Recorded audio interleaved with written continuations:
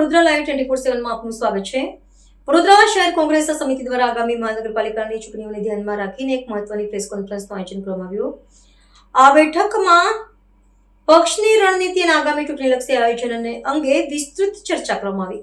ગુજરાતભરમાં જ્યારે સ્થાનિક સ્વરાજ્યની ચૂંટણીઓ યોજાશે ત્યારે તેને અનુલક્ષીને સર્કિટ હાઉસ ખાતે એક બેઠક તેમજ પત્રકાર પરિષદનું આયોજન કરવામાં આવ્યું હતું। ત્યારે આ બેઠકમાં બિમલભાઈ શાહ, પ્રદેશ કોંગ્રેસ ઉપપ્રમુખ, પૂર્વ મંત્રી અને વડોદરા શહેરના પ્રભારી શ્રી નીરવ બક્ષી, અમદાવાદ કોંગ્રેસના પૂર્વ પ્રમુખ, અમદાવાદ મ્યુનિસિપલ કોર્પોરેશનના નગરસેવક અને વડોદરાના સહપ્રભારી છે। વડોદરા શહેર કોંગ્રેસ પ્રમુખ ઋત્વિજ જોશી, વિરોધ પક્ષના નેતા ચંદ્રકાંત શ્રીવાસ્તવ, શહેરના અન્ય ચૂંટાયેલા કોર્પોરેટરો અને પક્ષના અગ્રણી હોદ્દેદારો ઉપસ્થિત રહ્યા હતા। ત્યારે આગામી મહાનગરપાલિકાની ચૂંટણીમાં ભાજપ સામે કયા મુદ્દાઓ સાથે મેદાનમાં ઉતરવું તેની બ્લુપ્રિન્ટ તૈયાર કરવામાં આવી। શહેરના પ્રશ્નો જેવા કે રસ્તા, પાણી અને ડ્રેનેજની સમસ્યાઓને લઈને જનતાની વચ્ચે જવાનું આયોજન કરવાનું નક્કી કરવામાં આવ્યું। વોર્ડ દીઠ કાર્યકરોની નિમણૂક અને બૂથ લેવલની કામગીરી પર ભાર મૂકવામાં આવ્યો। સક્રિય અને લોકપ્રિય હોય તેવા ઉમેદવારોને પ્રાધાન્ય આપવા અંગે પ્રાથમિક ચર્ચા પણ કરવામાં આવી। વડોદરા કોંગ્રેસ હવે ઇલેક્શન મોડમાં આવી ગઈ છે અને સંગઠનને વેગ આપીને જનતાનો વિશ્વાસ જીતવા માટે કટિબદ્ધ જણાય છે। આજની પ્રેસ વાર્તામાં ઉપસ્થિત ગુજરાત પ્રદેશ કોંગ્રેસ સમિતિના સિનિયર ઉપપ્રમુખ માન્ય શ્રી બિમલભાઈ શાહ, બરોડા શહેર કોંગ્રેસના પ્રમુખ ભાઈ શ્રી ઋત્વિજ જોશી, વિપક્ષના નેતા શ્રી ચંદ્રકાંતભાઈ, પૂર્વ ગુજરાત સરકારના પૂર્વ મંત્રી સન્માનીય શ્રી ભીખાભાઈ, બરોડા શહેરના પૂર્વ કોંગ્રેસ પ્રમુખ સન્માનીય શ્રી નરેન્દ્રભાઈ, પૂર્વ નેતા બેન અમીબેન, સૌ કાઉન્સિલર સાથી મિત્રો, કોંગ્રેસ પક્ષના સૌ આગેવાનો અને આપ સૌ પ્રેસ મીડિયાના મિત્રો, સૌ પ્રથમ તો આજે સર મહારાજ સયાજીરાવ ગાયકવાડ ત્રીજાના જન્મજયંતિ નિમિત્તે સમગ્ર કોંગ્રેસ પક્ષ વતી હું એમને જન્મજયંતિ પર શ્રદ્ધાંજલિ પાઠવું છું। અતિ મહત્વની વાત, જ્યારે બરોડાના પ્રશ્નોની વાત હોય, બરોડા એટલે એક પ્રકારનું ભારતીય જનતા પાર્ટીના ત્રસ્ત શાસનથી ભ્રષ્ટ થયેલું એક તંત્ર છે। સુવ્યવસ્થિત, સુનિયોજન રૂપે અને દરેક રીત પ્રકારે માળખાકીય સુવિધાની વાત હોય, ભ્રષ્ટાચારની વાત હોય, રોડ પર પડતા ખાડાની વાત હોય, ગટરની પાઇપલાઇનો નાખવાની વાત હોય, નાની નાની પાણીની લાઈન પાઇપ નાખવાની વાત હોય, સ્માર્ટ સિટીની વાત હોય, સ્કૂલોની બાબત હોય, સ્માર્ટ શાળાની વાત કરવામાં આવતી હોય, અથવા તો યુવાનોને જે ડ્રગ્સના રવાડે ચડેલા છે એમાં જે સંપૂર્ણ રીતે નિષ્ફળ થયેલું જે તંત્ર છે એની વાત કરવાની છે। આદરણીય બિમલભાઈ બહુ જ સ્પષ્ટ ભાષામાં સારી રીતે વાત કરીને ઉમેદવારો વિશેની પરિચય આપી દીધો, પાર્ટીને કામ કાર્યકરો વિશે પરિચય આપી દો, પરંતુ એક વસ્તુ એ સાથે સાથે હું ચોક્કસ કહીશ, આવનાર સમયમાં આ બરોડાની જનતા જે ત્રાસી ગઈ છે, સમગ્ર ભ્રષ્ટાચારથી ખતપતતું બરોડાનું તંત્ર છે, એની સામે બહુ જ તાકાતથી કોંગ્રેસ પાર્ટી લડવાની છે। આવનાર સમયમાં સૌ આગેવાનો, સૌ કાર્યકર્તાઓ કોઈ પણ પ્રકારના મતભેદ કે કોઈ પણ પ્રકારની વાત વગર તાકાતથી એક સાથે ઝઝૂમશે અને એક એક કોંગ્રેસનો કાર્યકર્તા, જે કોંગ્રેસ પક્ષના કાર્યકર્તા છે, જે આગેવાનો છે, તે પણ મજબૂતીથી લડશે। અને સાથે સાથે હું આપને એ વાતની પણ વિનંતી કરું છું, બરોડા શહેરની અંદર જે પણ આગેવાનો સંસ્થાઓ સાથે સંકળાયેલા છે, અલગ અલગ એનજીઓ સાથે સંકળાયેલા હોય, સમાજના વિવિધ વર્ગોમાંથી આવતા અને તેમના મોભીઓ હોય તેવા આગેવાનોને પણ હું વિનંતી કરું છું, આવનાર સમયમાં કોંગ્રેસ પક્ષનો તિરંગો 100% બરોડા મ્યુનિસિપલ કોર્પોરેશનમાં લહેરાવાનો છે। ત્યારે આપ સૌને પણ આગેવાનોને વિનંતી છે કે અમારા જે યજ્ઞ છે, યજ્ઞમાં આપ સૌ અંદર ઉપસ્થિત રહી અને એમાં યજ્ઞમાં આહુતિ આપો। આવનાર સમયમાં બરોડા મ્યુનિસિપલ કોર્પોરેશનમાં કોંગ્રેસ પક્ષનો તિરંગો લહેરાય એ શુભેચ્છા સાથે જય હિન્દ, ભારત માતા કી જય। વાર્તામાં મારી સાથે ઉપસ્થિત પ્રભારી અમદાવાદ મ્યુનિસિપલ કોર્પોરેશન પક્ષના ઉપનેતા માજી અધ્યક્ષ ભાઈ શ્રી નીરવભાઈ બક્ષી, શહેર અધ્યક્ષ ભાઈ ઋત્વિજભાઈ, વિરોધ પક્ષના નેતા ભાઈ ભથ્થુભાઈ, અમારા સિનિયર માજી મંત્રી મુરબ્બી ભીખાભાઈ, પ્રદેશના પ્રવક્તા ભાઈ નરેન્દ્રભાઈ, માજી નેતા બેન અમીબેન, ઉપસ્થિત મ્યુનિસિપલ કાઉન્સિલરશ્રીઓ, અહીંયા બેઠેલા સૌ કોંગ્રેસના આગેવાનશ્રીઓ અને વિશેષ કરીને આપશ્રીને ટૂંકી નોટિસ આપી તેમ છતાંય આપ સૌ પત્રકાર મિત્રો, આપ સૌનું સ્વાગત કરું છું। આજની આ પ્રેસ વાર્તા વિશેષ કરીને આવતા મ્યુનિસિપલ કોર્પોરેશનની ચૂંટણીના સંદર્ભમાં આ સંસ્કારી નગરી વડોદરામાં જે પ્રમાણેની સ્થિતિ છે તે સ્થિતિની વચ્ચે કોંગ્રેસ આ વખતે જીતવાની છે. કોંગ્રેસે મ્યુનિસિપલ કોર્પોરેશન બનાવવાની છે અને એના ભાગરૂપે અનેક મિટિંગ થયા પછી આજે અમે આપના માધ્યમ દ્વારા ઉમેદવારોની પસંદગી માટે ઉમેદવારોને દરેક વોર્ડમાં અને અમારા મધ્યસ્થ કાર્યાલયની અંદર વડોદરામાં પોતાની ઉમેદવારી પત્ર નોંધાવવા માટેની વિનંતી કરીએ છીએ અને જાહેરાત કરીએ છીએ. સાથે સાથે ફક્ત કોંગ્રેસનો આગેવાન છે કે કોંગ્રેસનો કાર્યકર્તા છે એટલા પૂરતું સીમિત નહીં, પરંતુ આ સંસ્કારી નગરી છે. આ વડોદરા શહેરને ખડોદરા જે બનાવી દીધું છે, આ વડોદરા શહેરમાં દેખાતો ભ્રષ્ટાચાર, આ વડોદરા શહેરની જે સ્થિતિનું નિર્માણ થયું છે, હું એવું ચોક્કસ સમજુ છું કે પ્રબુદ્ધ વડોદરાના નાગરિકો પણ અનાદિ ત્રસ્ત છે. અને એટલે પ્રબુદ્ધ નાગરિકોને, સામાજિક સંસ્થાઓમાં કામ કરતી બહેનોને, સામાજિક સંસ્થાઓમાં કામ કરતા ભાઈઓને, કોલેજમાં અને યુનિવર્સિટીમાં કામ કરતા નવયુવાન વિદ્યાર્થીઓને, આ બધાને આમંત્રિત કરીએ છીએ કે આવો આપણે સૌ એકત્રિત થઈને આ સંસ્કારી નગરી આપણા વડોદરાને આ ભ્રષ્ટાચાર મુક્ત કરીએ, આ ખાડાઓ મુક્ત કરીએ, આ ગટરો અને પીવાના પાણીનું જે મિશ્રણ થાય છે એમાંથી આપણે એને મુક્ત કરીએ, આપણને નડતી ટ્રાફિકની અડચણમાંથી આપણે બહાર નીકળીએ. આ બધા જ પ્રશ્નોને લઈને અમે આપના માધ્યમ દ્વારા વડોદરાના પ્રજા અને વડોદરાના પ્રબુદ્ધ નાગરિક ભાઈ બહેનોને કોંગ્રેસમાં ઉમેદવારી કરવા માટે આમંત્રિત કરીએ છીએ. અને આવો આપણે સૌ ભેગા થઈને આપણી આ સાચા અર્થમાં ભ્રષ્ટાચાર મુક્ત કોર્પોરેશન બનાવીએ. સાથે સાથે ચૂંટણીમાં મેં તમને શરૂઆતમાં કીધું કે અમારા કરતાં પ્રજા આગળ છે, એટલા માટે કે તમે જોઈ શકો છો આ તમારા કોર્પોરેશનની હાલત તમને ખબર છે. આ તમે જોઈ શકો છો, આ તમારા કોર્પોરેશનમાં આ ભ્રષ્ટાચાર, ભાઈ આ બધું જ કોર્પોરેશનનું છે તમારા. ના એટલા માટે બસ exactly there you are, I appreciate.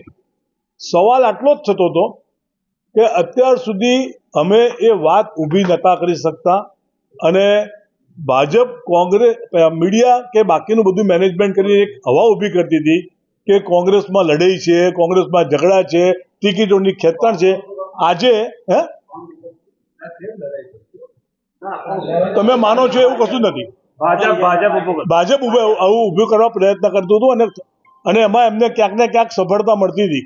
હું આ વખતે એટલું ચોક્કસ કહું છું, મેં તમને શરૂઆતમાં કીધું કે આ અમારી બેઠેલી આખી ટીમ ક્યાંક, અને ડિફરન્સ ઓફ ઓપિનિયન તો હોવો જોઈએ અને હોય તો પરિણામ સારું આવે, પણ કોઈનામાં મનભેદ નથી. અને એટલા માટે જ તમે કીધું એનો હું તમને જવાબ આપું છું કે આ વખતે અમે એટલા માટે વિશ્વાસ રહીએ છીએ. બીજું તમે કીધું કે પ્રજા કેમ મત આપે, પ્રજા વોટ પેટીમાં મત કેમ નાખે.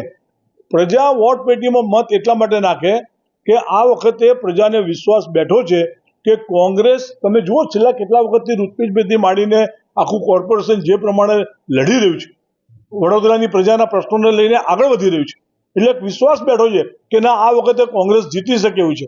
અને એવું તમે બી માનતા હશો, હું પણ માનું છું કે જ્યારે જીતવાની પ્રક્રિયાની અંદર તમે આગળ વધતા હોય તો પ્રજા સ્વાભાવિક તમારા પર ભરોસો રાખશે અને તમને મત આપશે. કોઈને વ્યક્તિગત રીતે અમારી પાસે આવું ના પડે એટલા માટે અમે વિશેષ કરીને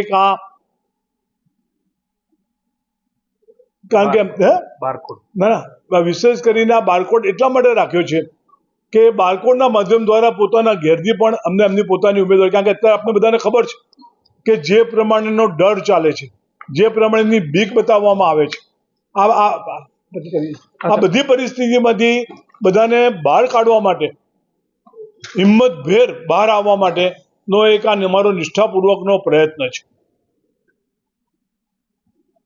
આજની પ્રેસ વાર્તામાં વિશેષ વાત નહીં કરતા, અમે તો આજે 11 તારીખ થઈ છે,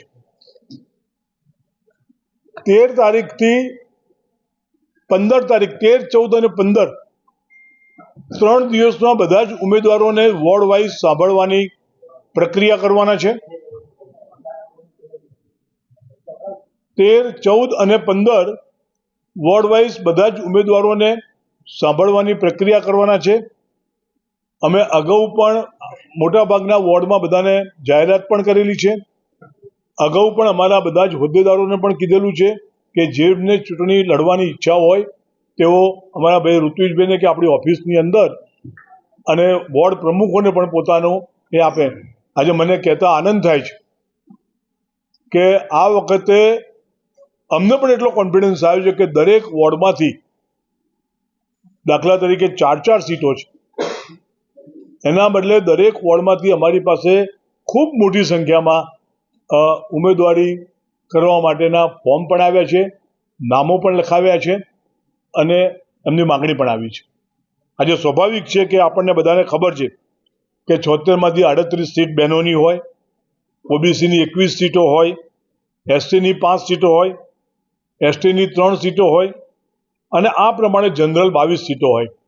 આ બધી જ સીટો માટે અમારે ત્યાં કિંગ કોમ્પિટિશન જેવી સ્થિતિ છે. પરંતુ હું તમને વિશ્વાસ સાથે કહું છું અને મને આજે ગૌરવ એટલા માટેનો છે કે ટીમ વડોદરા તરીકે અમારી આખી ટીમ, જેમાં કોઈ મનભેદ નથી, કોઈ મતભેદ નથી. મહેરબાની કરીને ક્યાંક કોઈકે ઊભો કરેલો આ મનભેદ કે મતભેદ એ હું ચોક્કસ માનું છું કે આ ચૂંટણીમાં તમને ક્યાંય કોઈ જગ્યાએ દેખાશે નહીં. એના પ્રતિબિંબ રૂપે બધા જ મિત્રો અહીંયા સાથે તમારી વચ્ચે બેઠા છે અને નિર્ણય કર્યો છે કે મારો એ સારો નહીં, સારો એ મારો. એ જ ઉમેદવાર એ ઉમેદવારી કરશે. મારો છે એટલા માટે એને ઉમેદવાર બનાવો કે એની ભલામણ કરવી, એના કરતાં જે સારો છે, જીતી શકે એવો છે, એને ઉમેદવાર કરવો એ અમારા માટે બધા જ માટે, આગેવાનોમાંથી શરૂ કરીને પાર્ટી માટે આ ખૂબ ઇમ્પોર્ટન્ટ વસ્તુ છે. કેટલાક સારા લોકો પાર્ટીમાં જોડાવા માગતા હશે અથવા ચૂંટણી લડવા માગતા હશે, એના માટે પણ અમે ગંભીરતાથી વિચાર કરવાના છે. જરૂર પડે તો એમને ચૂંટણી પણ લડાવવાના છે અને એ અમારી અપેક્ષા છે. કારણ કે અમારે વડોદરાને સ્વાભાવિક આ ભ્રષ્ટાચારથી, વડોદરાને આ ખાડાઓમાંથી, વડોદરાને જે પ્રમાણેનું તમને ખબર છે કે હરણીકાંડથી શરૂ કરીને આજે પણ જે પૂરની સ્થિતિ ઊભી થઈ છે, જે નવા વિસ્તાર ડેવલપ કર્યા છે, પરંતુ ત્યાં કોઈ જગ્યાએ આજે પણ તમને ઇરિગેશન કે પીવાના પાણીની સારી વ્યવસ્થા નથી આપી શક્યા. પુષ્કળ ટ્રાફિક છે. એવી સ્થિતિમાં વડોદરાને મુક્ત કરવું છે. એટલા માટે જ અમે આ પ્રયત્ન નિષ્ઠાપૂર્વક કરી રહ્યા છે.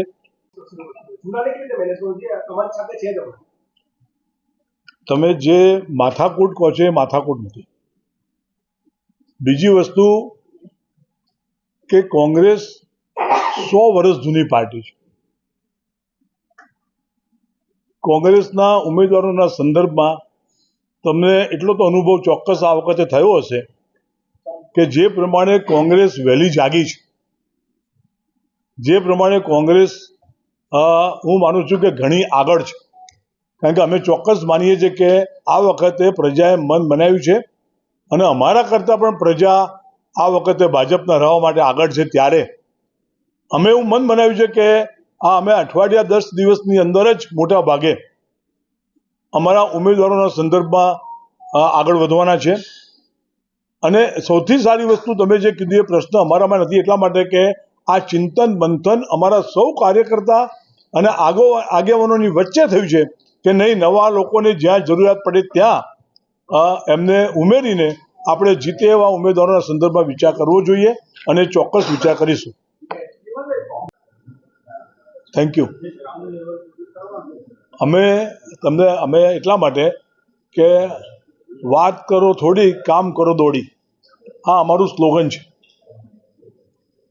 એટલે તમારી માહિતી માટે કહું કે અમારા વોર્ડ પ્રમુખોની મિટિંગ 5 મિટિંગો અત્યાર સુધીમાં વોર્ડ પ્રમુખોની મેં અને નીરવભાઈએ અને ઋત્વિજભાઈ બધા લોકોએ લીધી છે.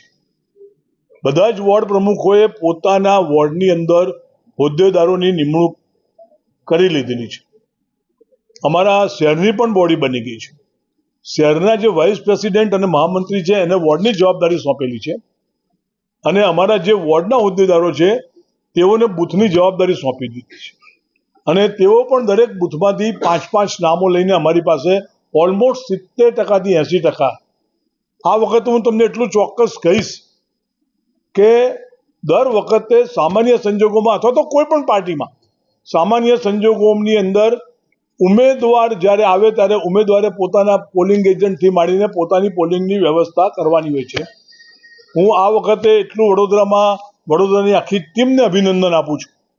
બધા જ મિત્રોએ ભેગા થઈને વડોદરાની અંદર બૂથમાં એવી વ્યવસ્થા ગોઠવી રહ્યા છે કે જે પણ ઉમેદવાર આવે એને બૂથની વ્યવસ્થા અને ઘર ઘર સુધી પ્રચાર કરવાની વ્યવસ્થા એ અમારો બૂથના કાર્યકર્તા અને બૂથના આગેવાનો જ કરશે.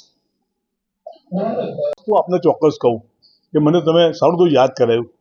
હું એક તો અમારા બધા જ કાર્યકર્તા તમે કીધું ને ટીમ વર્ક દેખાયું ને તમને જે which also B appreciated thing કે અમારી આખી આ ટીમે ભેગા થઈને શર્મા એટલું સરસ કામ કર્યું કે જે લોકો નામ કમી કરાવવા માગતા હતા એમાંથી કોઈનું પણ નામ કમી કરાવી શક્યા નથી અને કમી નામ થયું.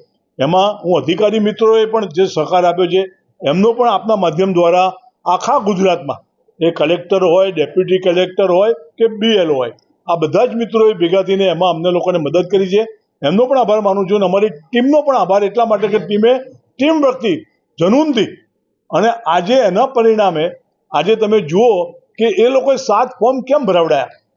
તમે જુઓ એક માણસે 100 જણ માટેનો નામ કમી કરવા માટેનો પ્રયત્ન કર્યો અને એ બધા જ જે લોકોએ નામ કમી કરવા પ્રયત્ન કર્યો એ બધા જ ભાજપના આગેવાન કે કાર્યકર્તાઓ હતા.